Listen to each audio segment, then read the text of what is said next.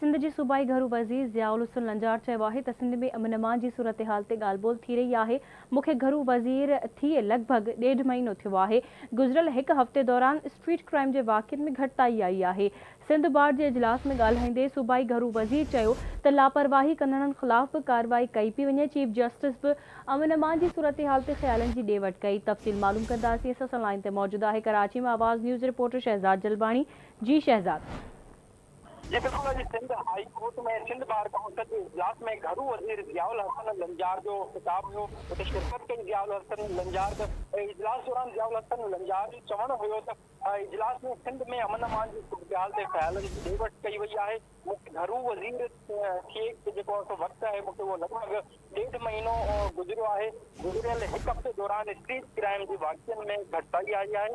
उनखां अलावा ज़ियाउल हसन लंजार जो घरू वज़ीर इहो चवणु हुयो त लापरवाही कंदड़नि ख़िलाफ़ कार्रवाई कई पई वञे।